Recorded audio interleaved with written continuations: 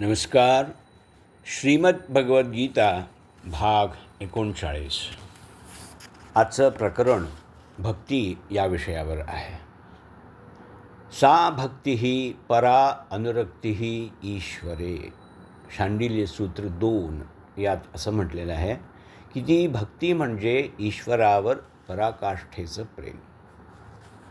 लहानपणापासून आपल्यावर देवभक्तीचे संस्कार झालेले असतात. देवाच्या मूर्ती किंवा चित्रासमोर अथवा सूर्य, चंद्र, ज्योती, अग्नी इत्यादी देवाच्या प्रतीकांसमोर नतमस्तक होण्याचं बालकडू आपल्याला मिळतं. देव सर्वशक्तिमान आणि जगाचा नियंता असल्यामुळं आपण देवाला प्रसन्न ठेवलं पाहिजे ही भावना काहीजण मोठेपणीसुद्धा जपतात. वाढत्या वयाबरोबर धूर्तपणा वाढलेले काही मतलबी लोक देवाकडून जास्तीत जास्त फायदे वसूल करून घेण्यासाठी भक्तीचा देखावा उभा करतात.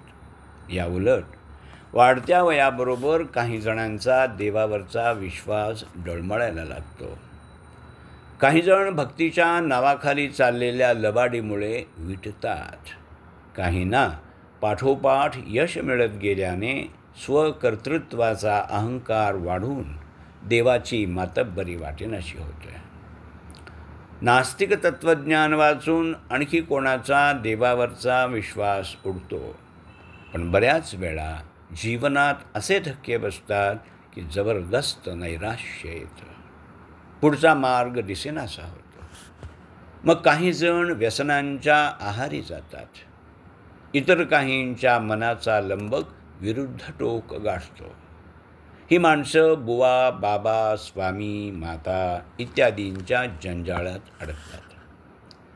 नास्तिकांचं मतपरिवर्तन करणं हा माझा उद्देश नाही. माझा तत्त्वज्ञानाचा तेवढा अभ्यासही नाही आणि कुठली विचारसरणी स्वीकारायची याचं प्रत्येकाला विचार स्वातंत्र्य आहेच. परंतु नास्तिकतासुद्धा सकारात्मक असावी असं मला वाटतं. नास्तिक जे म्हणतात की पृथ्वीवर निसर्गाच्या उत्क्रांतीतून मनुष्यजात जन्माला आली, पुढं मनुष्यानं देव, धर्म आणि देवभक्ती या संकल्पना निर्माण केल्या, ते एका अर्थानं खरं आहे.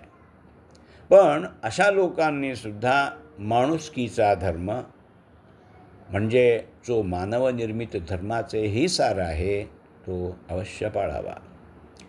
देवधर्म नाकारलेल्या गौतम बुद्धासारख्या महात्म्यांनी मानवकुलाच्या कल्याणासाठी केलेले अविरत प्रयत्न हा नास्तिकांचा आदर्श असावा.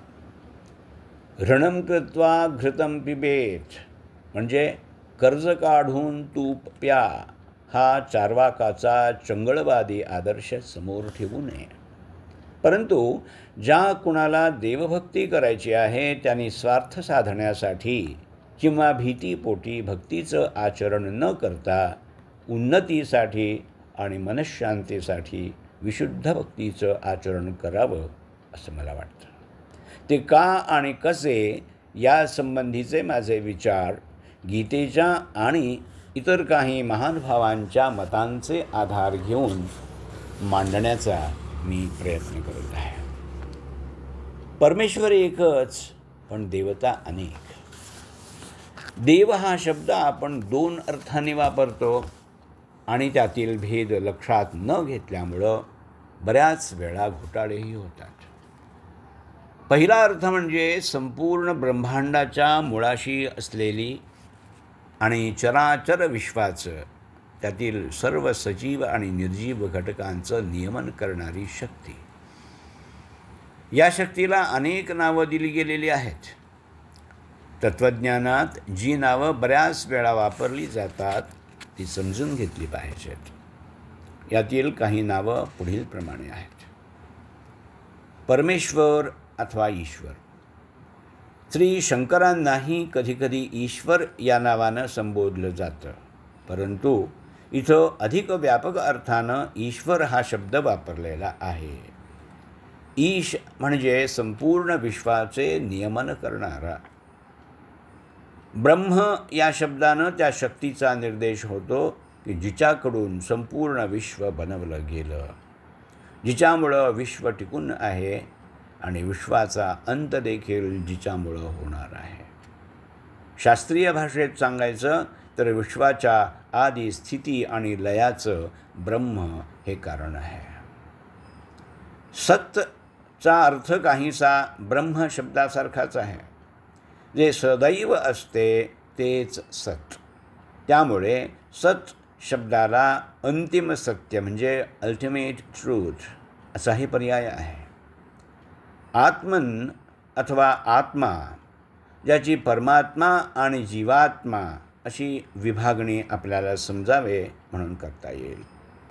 यासंबंधीचं अधिक विवरण ज्ञानविज्ञान या प्रकरणात केलं आहे. क्रमशः लेखक डॉक्टर विजय पांडुरंग जायदे, वाचक डॉक्टर अमृत राघवेंद्र यार्दी.